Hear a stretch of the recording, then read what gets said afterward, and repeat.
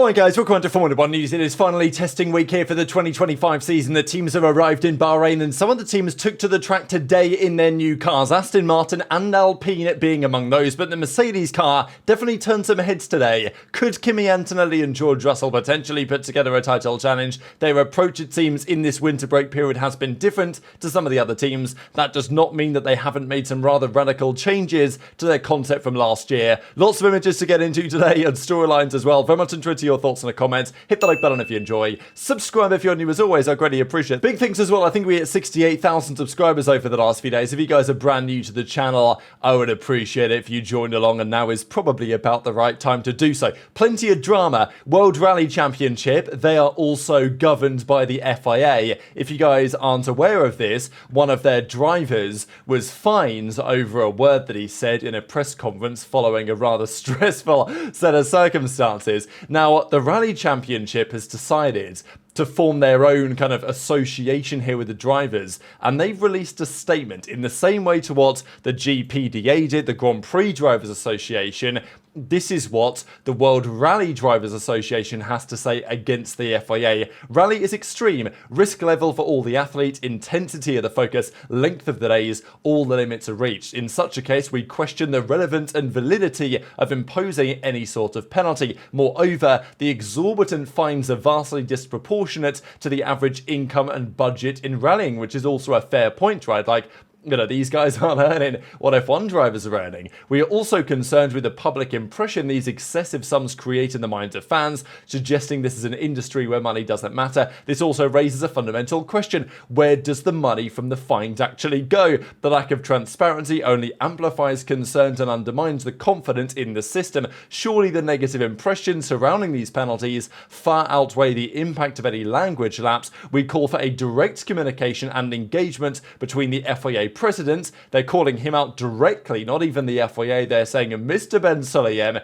we want a conversation with the World Rally Drivers Association members to find a mutually agreeable and urgent solution. So, look, I'm not going to say too much more on it, but that's what is happening over there. And of course, it's significantly relevant to what's been happening in Formula 1 lately as well. Quickly on Red Bull, we're not going to discuss them much today, but Jos Verstappen, in my opinion, has made his mind up that Red Bull aren't looking great. Now, whether that will prove to be wrong this season, who knows? But I think Jos doesn't believe that they're the right place for Max to stay. Although Jos did recently say that Max is now old enough to make his own decisions. It's basically what he said to the media. But still, I think Jos believes that Mercedes might be where to go for 2026 anyway, given rumours around their engine plan. But I don't know if Mercedes is quite the right structure, organisationally, politically, for Max to join. But, you know, there's a question on that. Jos, though, is still issuing a challenge to Red Bull and says, look, with these new people, to then put down a good car, if they can't get out and, you know, they do it now, you've got to worry for the years after that. So Jos is being very clear that if they don't deliver a good car Red Bull for Max this season,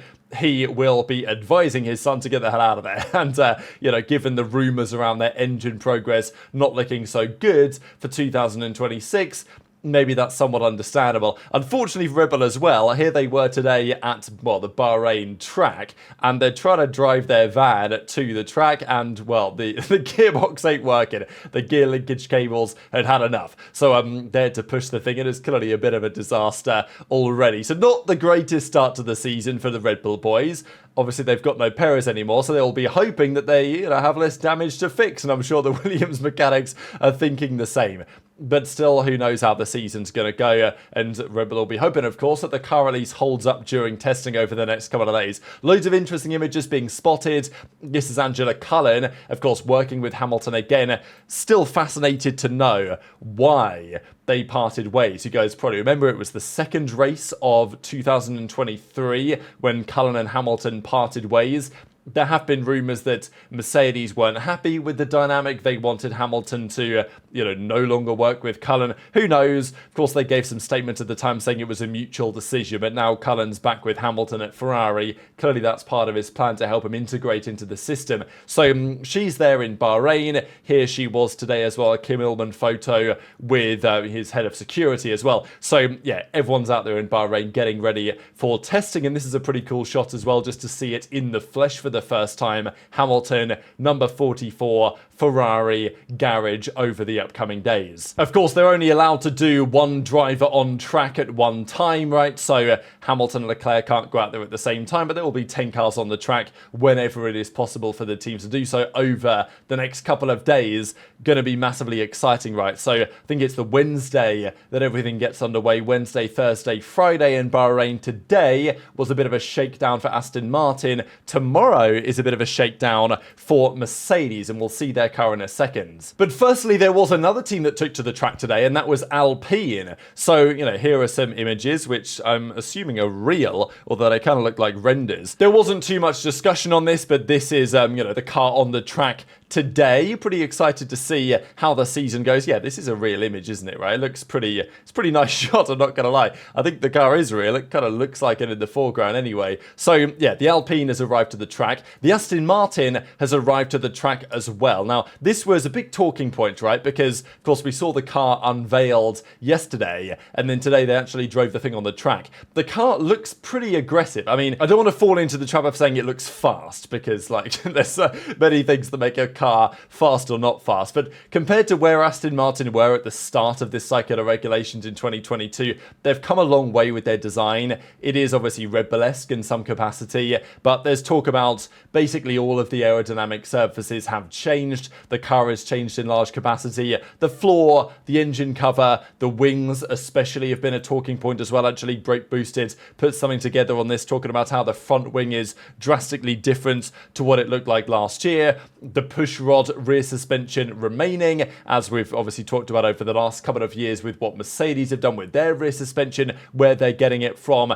So, this seems to be one of the only design carryovers, is the relatively large airbox intake. And there's also talk about the car from front to back, some of the winglets and the small ideas on the car that are relatively new. So this is the new Aston Martin. I don't know if I massively like the livery. I still like the Aston liveries because I love the green. I think it's gorgeous. I think for me, the black on the side pods kind of ruins it, in my opinion. But look, we'll see. If the car's quick, then Fernando Alonso will be happy, and Adrian Newey will be happy because he doesn't have to put too much work into this year's car. He can instead put work into next year's car. But it is going to be telling how quick this car is, because of course it hit the track today, so they will have some feelings and some understanding in the hands of Lance Stroll what that looks like. But equally, they want to find out over the next couple of days, because if they've made some serious progress, then maybe their actual design team is somewhat good, even without Adrian Newey coming into the team instead. And just a quick comparison, this was the car at the top that they revealed in the renders that we saw yesterday, and this is the car actually on the track. So you guys can tell that already some of the differences we saw yesterday have changed again, or have gone even further. Many details on what you might call a bit of a shark fin at the back of the car. They are there. Obviously, the cooling louvres are not in appearance on the renders. The back of the floor looks different. Even the midsection of the floor looks quite considerably different as well. The side pod inlet looks kind of different. So there's loads of things. Like, this is what they showed us. This is what it actually looks like. And that, of course, is only the first rendition as well. Will the same be true for the Mercedes? That is the question that we have to answer. But this is what the Mercedes look like. And before we discuss the car, I just wanted to do a bit of discussion on what the hell is going on at Mercedes right now, because it's been a very strange launch season for them, largely, I think, because of their part ownership of Ineos. Now, we know that Ineos are here on the front wing. They own a third of the team, so Mercedes own a third, Toto Wolff owns a third, and Ineos own a third. I'm pretty sure that's how it has been for some time now. Now, things have changed because Ineos are in a tough spot. If you guys aren't aware what's been going on recently over at Manchester United and Jim Ratcliffe, and I think there was some drama with rugby out in New Zealand, and they've basically got no money anymore. So it's a bit of a shambles. And as you guys can tell from some of these renders here of the new car, there is no Ineos on the inlet, the air inlet, as they would typically be. We've seen that for the last several years. Ineos is still on the car, on the wing, and on the nose, obviously, but it's not in prime position as it has previously been, right? Like, we've seen this for the last few years. Ineos at the back, Ineos here in the red, Ineos here in the red, as always, in the Duracell spot, as some people call it, because of the Williams. This year, though, when they unveiled the car a few days ago, it wasn't there, and it's still not there today. So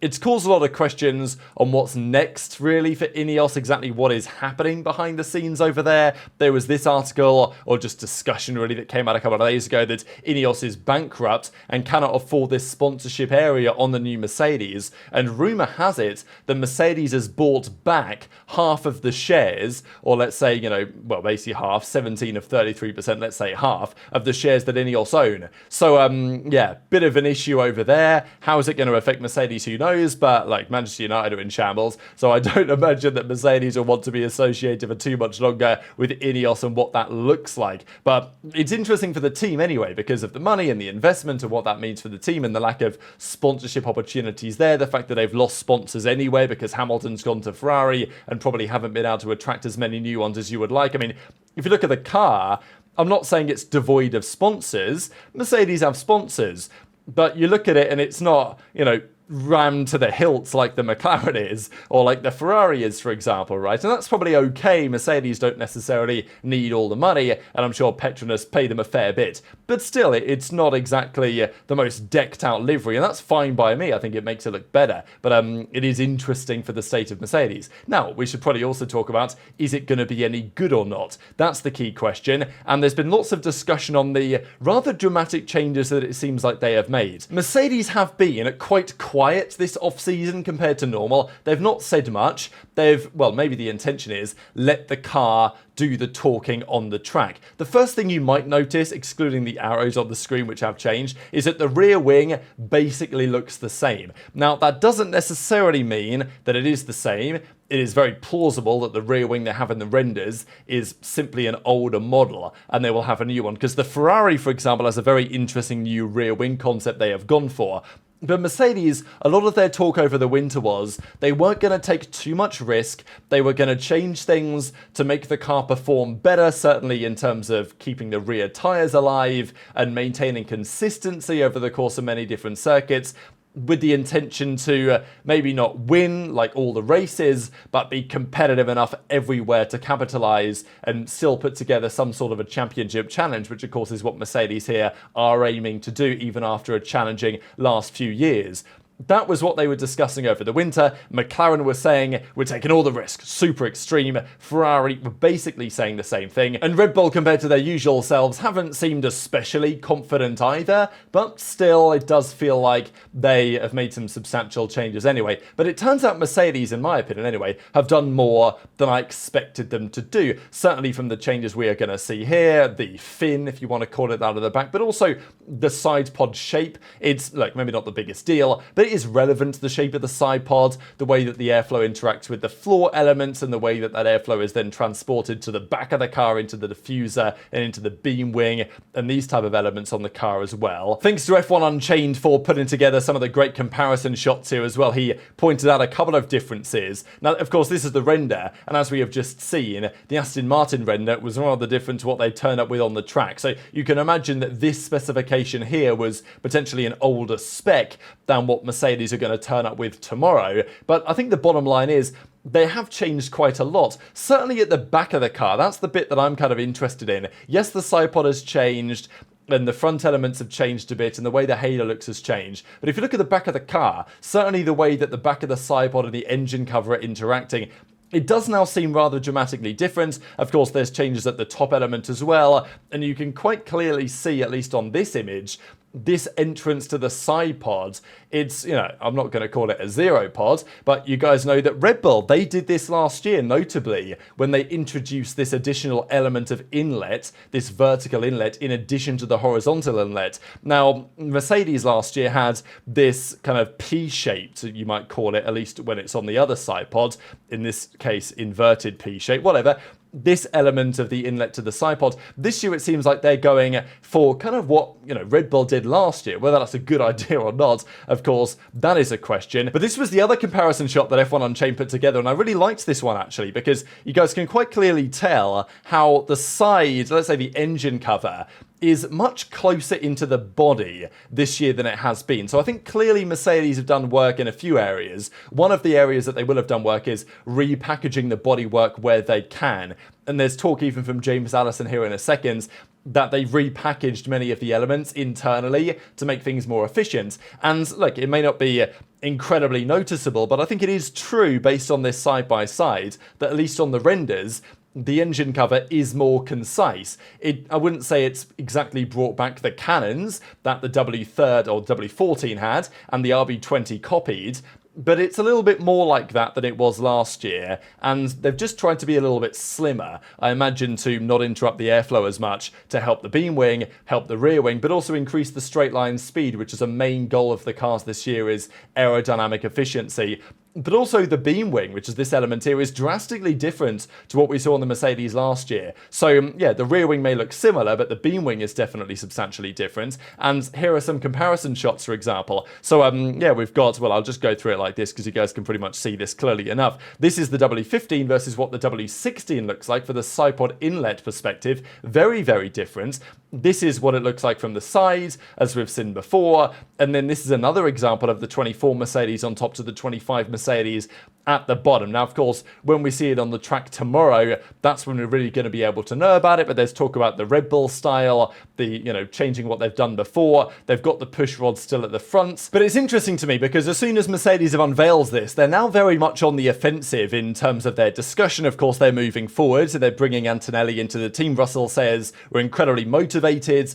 And I don't know, all of a sudden there's a feeling at Mercedes that there's some optimism in the potential of this car. But yeah, I will say, they've talked about that plenty of times before, and it's not really worked out, has it? But yeah, James Allison was giving his thoughts on this as well, of course, effectively the chief designer of that car and the technical director over there at Mercedes, and says, yeah, they've changed the suspension design to some degree, but their main focus was on reducing the slight reluctance of the W15 to turn in the slow corners, along with the imbalance in tyre temperatures that made the car very inconsistent from session to session. So that seemingly was the intention of Mercedes, to address those two key issues that were holding them back. Not like add downforce, add downforce, add downforce. Like their plan was to do this, but the way that they've gone about doing that is actually to change a number of areas. And as Allison says, almost every visible aerodynamic surface has changed. And there are further changes under the skin of the W16, a new front suspension to address some of the more challenging characteristics. So yeah, it's interesting. He says there will be more winners. It's possible that we see even more teams than the four that obtained victories last year step onto the tops of the window. That would be wild, wouldn't it?